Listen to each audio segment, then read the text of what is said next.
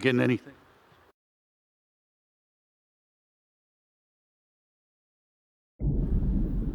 All right, hello everyone. Welcome.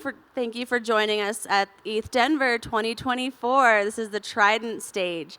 Thank you so much for being here. We have a really exciting panel titled DAOs, Taverns and Town Halls. We moderated by Bill Warren, head of product at Summon. We've also got Charlie Blackstock, co-founder of Gamer.xyz, Anjali Young, co-founder and CCO of Collabland, Alex Poon, CEO of Charmverse, and John Allen as well. So thank you so much. Thank you, everybody. Welcome to our game show, Taverns and Town Halls, where our contestants will compete for the best answers.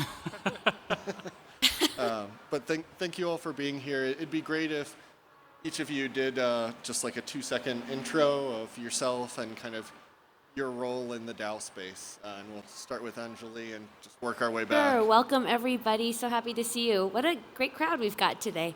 I'm Anjali Young. I am the co-founder, like Bill said, of Collabland.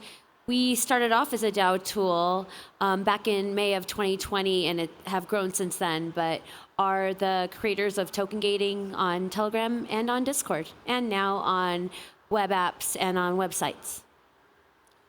Well, down for 100. So I'm Alex, co-founder of Charmverse. We are a Web3 community management software that also get used by NFT communities, refi communities, and also foundations, grants organization.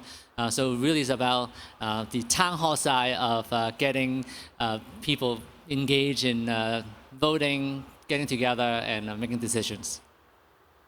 Yeah, my name is John. I'm one of the co-founders of Game7, the largest gaming DAO. We're extremely excited to basically be the hub for gaming to support gamers in different areas and also help with push standards, best practices. I'm also one of the co-founders of Summon, which is a community management tool that really seeks to kind of be the glue to bring a lot of these fantastic community tools together that we'll probably be speaking about today. My name's Charlie. I was the co-founder of Gamer.xyz. Now I run a product called Farworld on Farcaster, so you'll be hearing a lot of Farcaster takes from me today, but excited to have you all here and share a lot of stuff we've learned over the last couple of years. All right, thank you.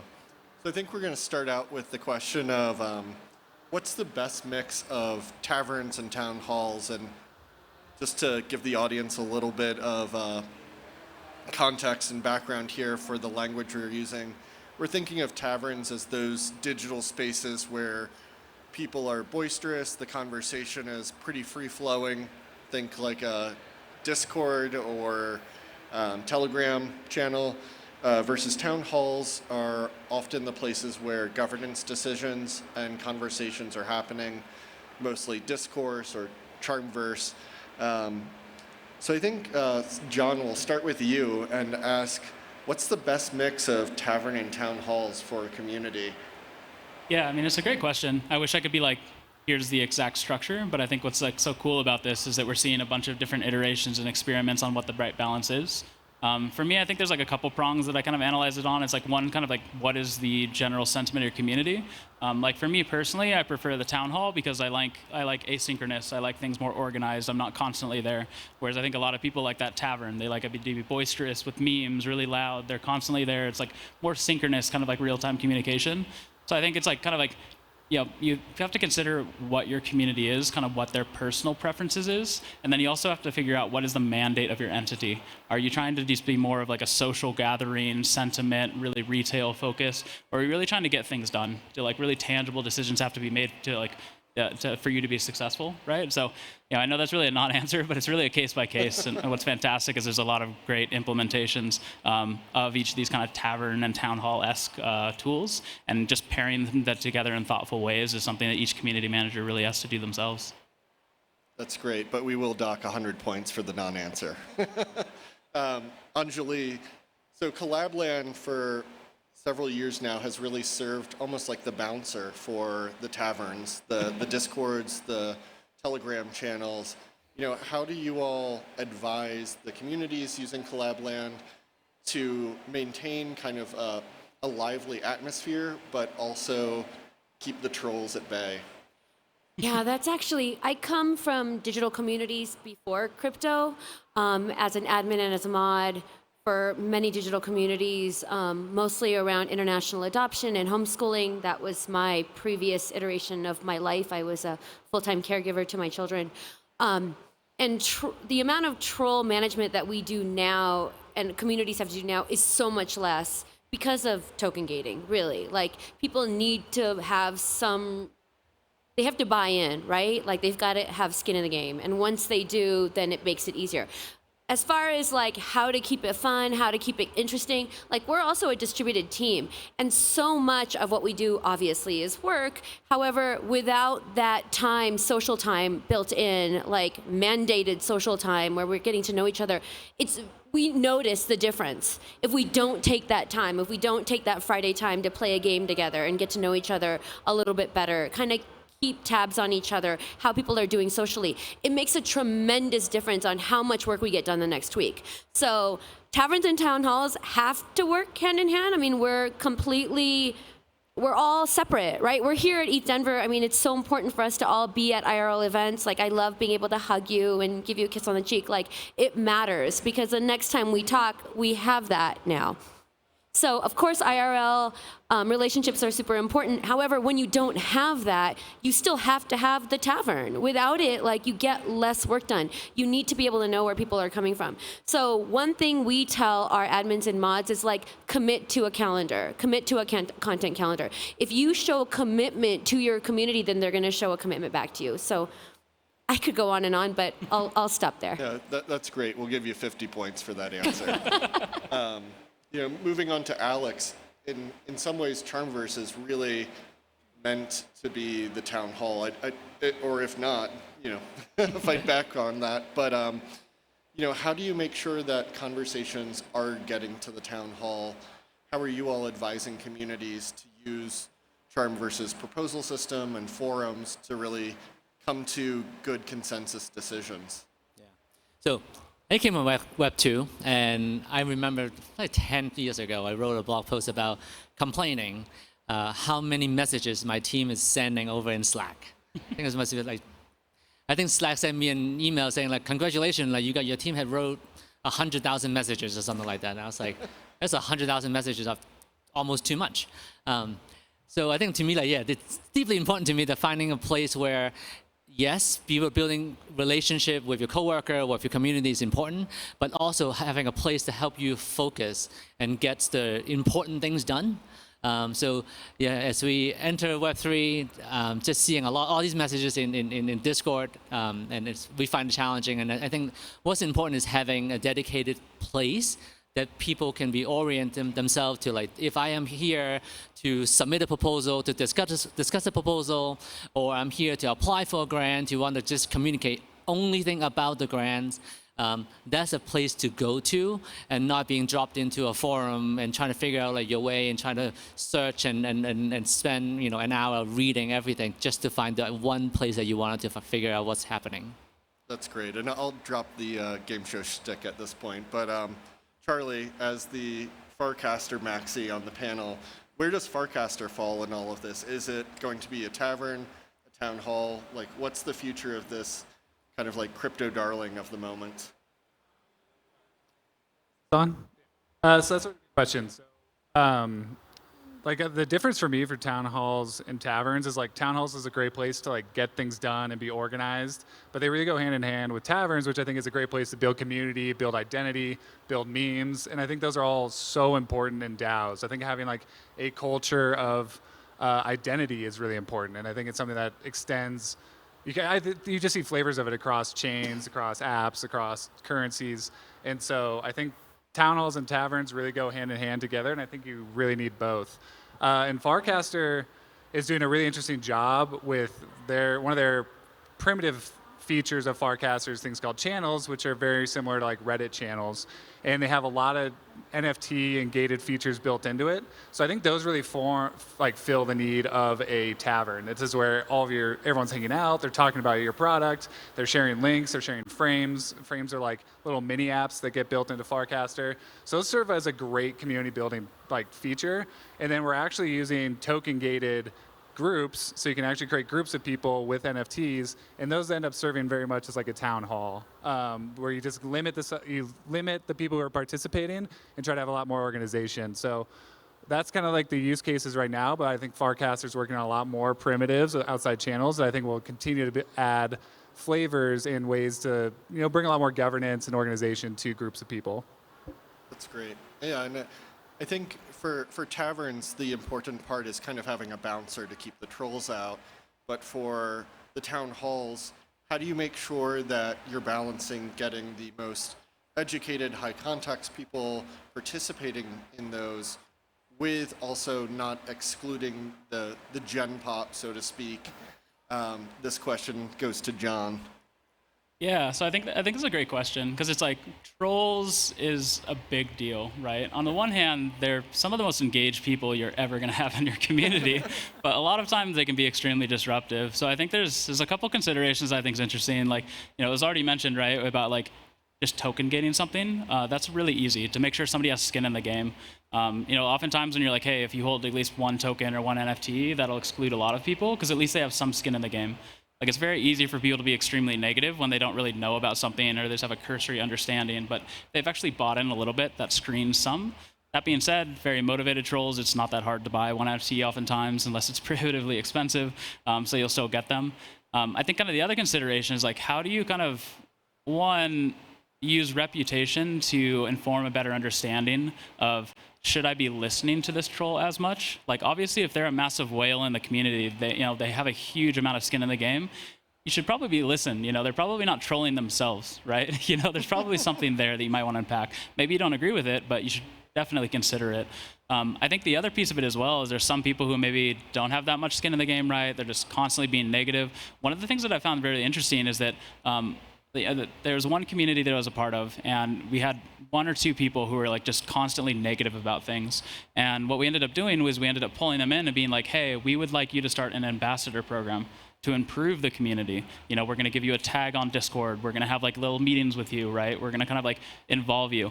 And the craziest thing happened was all of a sudden they were the biggest advocates for the community. Other trolls came in and they were like, hey, no, like, let's have a one-on-one, let's talk, and they actually like, trolls converted to the best ambassadors that I've ever seen, and actually well, they're passionate, right? Exactly. They're already passionate, and exactly. That is what we're all needing. Like, apathy is the killer, right? And so if they're passionate, you can turn them around. Yeah. Yeah. Yeah, no, that's fantastic. And I wanted to follow up with Anjali. And how does Collabland, one, empower communities to deal with trolls, and two, kind of what do you all do to help those communities manage trolls? Like, can you boot people with Collabland? Can you take away NFTs? Or is it really up to the community to kind of use your tool as they see fit? Yeah, we cannot take away NFTs. People ask all the time about that. No, we cannot take away NFTs, but you can ban people. And the beauty of it is with token gating, yes, you can ban them from access to your group if you're not behaving in a way that is conducive and constructive for the group, but we're not taking away their NFTs, right? Just because you're losing access to the community does not mean you're losing access to the value that's being created from the community. And I think that's what makes this world, right? Crypto, blockchain, whatever, NFTs, assets, so different and unique. It's like you do have to behave within the rules of the community, but that doesn't mean you lose your financial stake in it. Yeah, no, that's great. And I guess, Charlie, back to you. Where do you see Farcaster, I guess, going in terms of adoption, and what communities are joining? Especially in the gaming space, is there a future for Farcaster, or is it a little bit kind of like flavor of the month in crypto, which we do a lot of that? Yeah. I was talking to someone else about this. If you're not immediately skeptical by like something that's getting a lot of hype in crypto and it like kind of bursts onto the scenes, you haven't been in crypto long enough. I feel like we see these things all the time. Like, something blows up and there's so much FOMO and so much hype, and like, if you don't come into that with like an immediate lens of skepticism, you will. If you're in the space for long enough, you'll get burned enough times. You'll back a project that was a rug. Like, there's just a lot of stuff that gets built in this space that ends up not fulfilling its initial promise. But I do think Farcaster stands above that. I think Farcaster is one of those things that I tell a lot of people, it's the most excited I've been about a set of technology since I went to my first Ethereum meetup in 2015. I think some of the stuff that they're building as like the primitive layers for social engagement, it rivals the technology of like smart contracts. And I really do think it's going to completely change how a lot of apps work on the internet. And so I'm on the Farcast Maxi is bullish, big surprise. But I do think that it has a lot of core primitives of things that take a lot of effort to do with the current tech stacks. Like a lot of what we do on the internet is just navigating a social feed and then constantly getting redirected to other apps. And apps that make that process more seamless and more interesting tend to do better. But on Farcaster, you get to do a lot of stuff within the feed and within the forum and in the context that is most interesting. So no, I don't think it's a fad. I think it's definitely here to stay. And I feel like we're going to start seeing a lot more builders and a lot of people looking for really great integrations to leverage the distribution that you'll get through something like Farcaster. Yeah, and I guess maybe just to tack onto that, because it's like for us, we've done a lot of work with like the Twitter integration, and we start looking and we're like at scale for a community to do something thoughtful and engaging on Twitter. We're talking like 20 to 30K a month API access for Twitter. We look at Farcaster, it's run a node. And if you start thinking, okay, what if we redirected that maybe in half, 10 to 15K a month into actually developing things for Farcaster? That's why I'm really excited about it, right? Like by having that kind of like open protocol and allowing like this kind of like flexible like kind of client or even build your own client on top of it, it's really leaning into the reason why I got into Web3 was because like we don't want to be limiting the creativity of people that we're working with or the community that's around us. So, I mean, just adding on to that, I'm also bullish Farcaster. Yeah, I'll add on Farcaster too, since we all talk about Farcaster. So we took a totally different route. We actually made frame available in Taverns, so you can actually embed the frames. So in a way, like instead of putting the information into the feed, you can now actually take the frame into Taverns. So then, like, if you build Farcaster frame that is disappearing in the feed, you now have a place to store your frames and discuss the frame and share people the frames that you build in Farcaster. So kind of go both ways.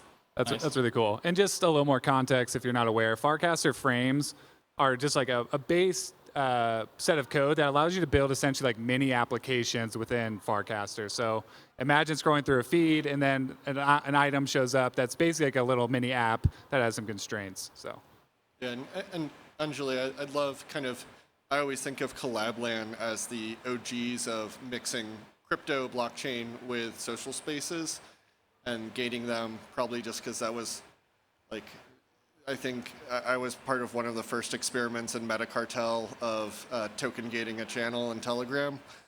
How are you guys thinking about Farcaster or the future of social in the space? Like, where's Collabland's mind at around all this? Yeah, it's a good question. We're still so early. I'm excited about Farcaster. However, we've also seen other Web3 native platforms come and go. So I'm excited about Farcaster. It's got so much great stuff. Like I was at 2 different Farcaster events in Paris last week. I love the people there. Of course, they're wonderful, and I'm excited for Farcaster. I hope it makes it. However, it's still early. I think there's still a need to be in places that are more Web 2 focused to onboard more. So it's like filling 2 separate niches. We've got Collabland, like we're on Telegram and Discord now. We're looking at other platforms as well, Web 2 platforms, for a larger group of people to enter, right? It's like top of the funnel. But for everyone to eventually go to Farcaster, or once you're more sophisticated enough and you're more involved in Web3 to move to Farcaster, I think that's great. So I think there's room for more. And so our approach is still more at the mass onboarding stage. Great. No, I love that. And to go back to Chris a little bit and shift towards the town hall, since I think we've talked a little bit more about the taverns so far, how do you get attention to the town halls? Traditionally, and maybe other than John, people resist residing there because it's not as exciting, it's not as fun, and it's meant to be serious and thoughtful conversations, not just kind of like meme posting. But how do you make the experience engaging so that it gets the attention it deserves? Yeah, so put on my product hat a little bit, right? So instead of counting daily active users, our North Star is more weekly active or monthly active users. Partially for that reason that like we don't expect people to come and socialize on a daily basis or multiple times a day compared to your Facebook, your Fastcaster, your other social platform, right? So I think the key is having those. You came to Charmverse for a reason, right? Like you're not really here to hang out. You're here to either have a serious discussion about a certain topic, you're here to apply for a grant, you're here to check on the proposal that you submitted, or having these like structured discussion going back and forth. So I think like it is much more purposeful. And I think with that I think a big part of it is earning your reputation, building your reputations, so that because again, like this is something that you are building toward something, and having more that higher influence and decision making along the process of the community. I think like that's what get people coming back to contribute to the community in a little bit less exciting manner, or less fun manner, perhaps. So does that mean that the future of DAO governance, especially in the town hall, looks closer to the IRL town halls, where it's mostly filled with elected officials and occasionally some old retired folks that come yell at them? I mean, I think partially is that, but I think it's more about people who write proposals, people who submit for grants or RFPs and so on. They care deeply, right? Like they care so deeply, they spend the time to write this 1-page, 5-page thing that they show up to. Maybe this is people that are retired, but also that I think that it fundamentally people who care deeply about the community that they're showing up for. And I don't think we should demand that every single person you just happen to hold an NFT or part of the social conversation to also have to read your 3-page proposal and vote on it. Like, I don't think that's reasonable. Yeah. So John, direct democracy or something more like a republic? Yeah, well, it's like to kind of like go back to like your first question, right? It's like, does it look more like these elected officials, right? Or does it look more like this more direct democracy? I think like blockchain and DAOs and a lot of these structures make it a lot more efficient and easier to do direct democracy. The problem is always like people who spend time, like who's actually going to read and understand kind of that problem. And so what you're already seeing is even in these more like direct democracy approaches for a lot of these decentralized communities, that it's kind of like, how do you describe it? It's more kind of like signaling from the people who are very well known in the community, right? And even for elections, oftentimes it's more of a popularity contest. So one of the things that I'm like a huge advocate of is just like having it be much more meritocratic, where it's not like a popularity contest. It's not like the person who has the most kind of followers on Twitter or X, at this point. It's really, you can granularly understand what have been their contributions to the community, and based on that standing, I think that they should have more autonomy, more agency to like help represent or be elected ideally. But I do think that we start to trend toward some people are either elected in a position to make decisions, or people are just seen as kind of like signals for the community, that they're like, hey, here's the reasons I'm voting this way, and people oftentimes trust them. Because like we can try to make things more efficient and more democratic, but at the end of the day, I mean, like not 100% of your community is going to read the 10-page proposal. They're not going to follow the entire discussion. They're not going to have the context, right? And so I think for me, it's like that battle between how do we basically make things more meritocratic so that ideally we have more of those high signal people and more of those people who are maybe elected actually deserving to be that status, and then how do we make things more efficient, more digestible, more easily kind of like available to the general community so we can have more direct democracy. But yeah, for me, it's meritocracy, kind of reputation. That's like, I absolutely love that. I'm a huge proponent of it. So yeah. I got a plug for AI there. I mean, really, that's how it's all going to come together, right? Like, how else are you going to get all that information distilled for everybody? Like, that's a natural fit. Mm-hmm. So you stole my next question. Oh, sorry. Which is great. No, I'd love to keep exploring as like, obviously AI is another topic du jour and more of the kind of broader zeitgeist outside of crypto. How does it change DAO communities? How does it change what, sorry to do more of a down the line question. How does it change what each of you do, both to kind of like help people digest more, but also is there a downside of like we're playing into people's laziness even more? I will tell you, last year at ETH Denver, we had a bounty, and the winner of the mini app was an AI mini app. And it was at that point, you weren't able to just put documents up into whatever ChatGPT and have it respond. So it's a mini app where you can put in your documents, and that way it helps with onboarding, because mods and admins are completely drained from answering the same question over and over and over again. And so even with that, like wanting more people to participate, you need to have that information available, and being able to say, like, what is the sentiment of this group right now? I'm joining this new group. I want to know, what are the popular topics that are happening? What are the conversations, and what has been the mood over the last week or two? I mean, like, you're going to be able to get so much more information that way, which is going to encourage more involvement. So it's kind of an exciting thing. I mean, as far as downside, I don't know. There's a lot of downside, but for what we're talking about here, I think there's a lot of upside. Nice. So when the Terminators take over, Alex, how are they interacting with Charmverse? What's the kind of future of AI there? So there's a lot of excitement around text generation and summarization, but I actually think in terms of community, what's more exciting about AI is like really gleaning the contribution and interactions of people and how they're really contributing to the community, being able to pull out those minor interactions and not only using like the most basic signals like someone saying GM or whatever.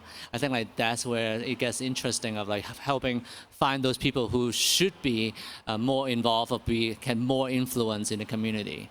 And then I guess the AI overlord can find those people and talk to them.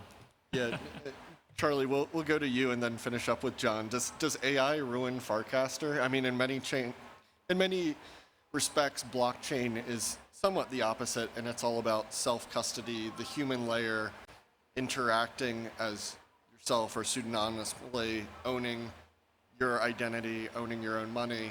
Like, what does AI do to something like Farcaster? Well, I think the underlying like niceties of Farcaster is like guaranteed cryptographic proofs that message came from someone, because it is like a decentralized blockchain and decentralized data. So I don't know if like the world's quite ready for just how much content is going to be made over the next couple years. This election cycle is going to be absolutely nuts. Like the amount of propaganda and just insane stuff that's going to come out over the next 6 months, I just don't think we're ready for.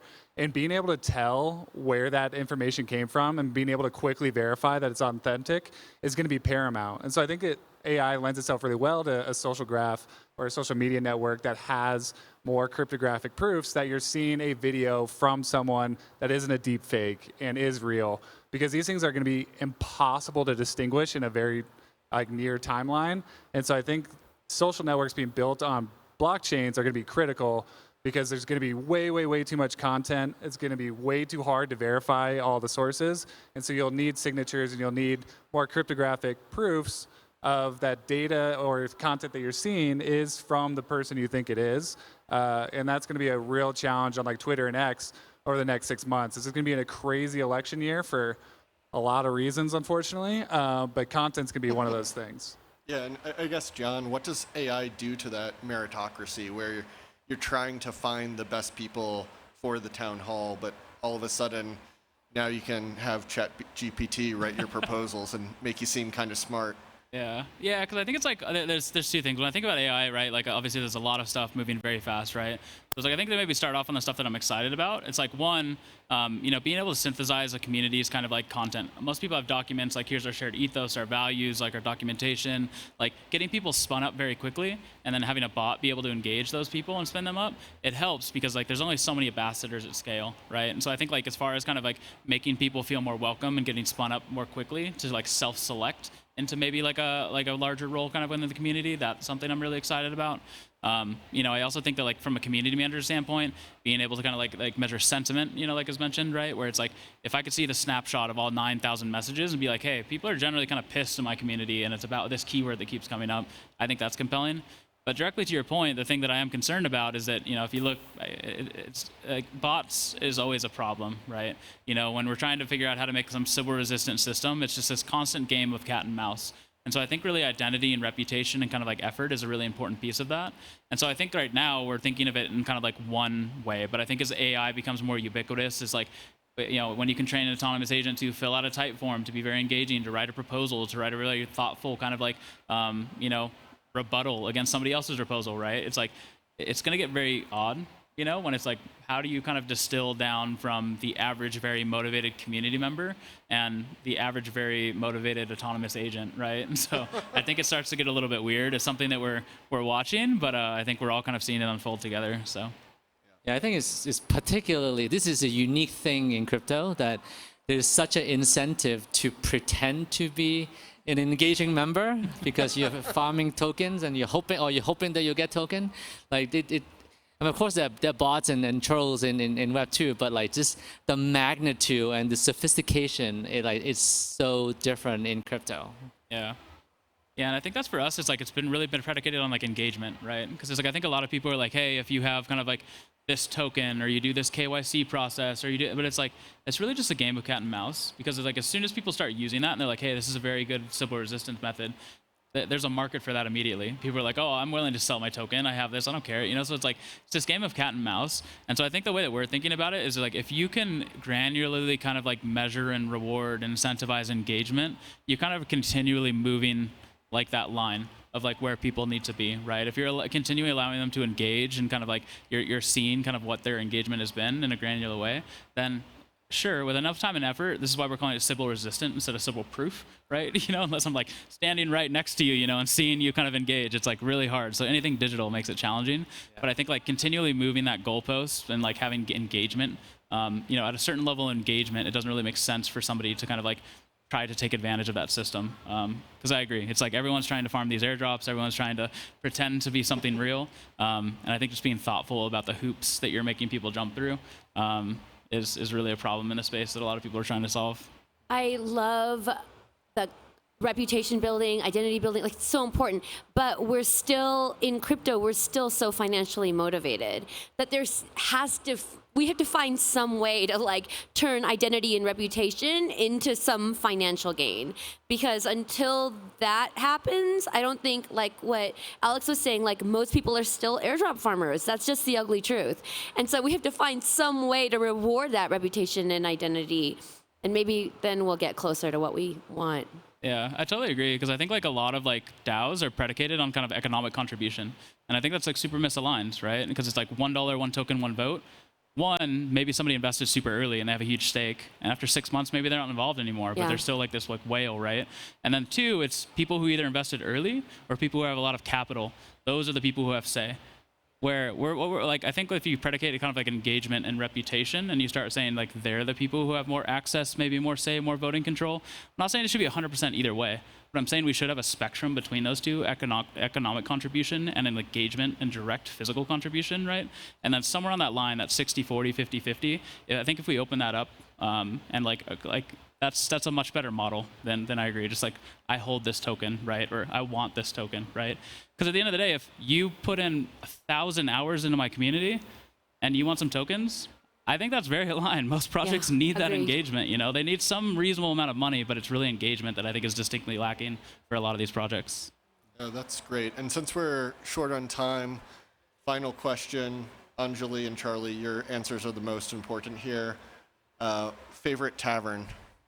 Oh and my you can word. do favorite town hall if you really have one. Wait, what? But I can't say my own because shout out to all the Collabland DAO members out there and members of our Discord community. So.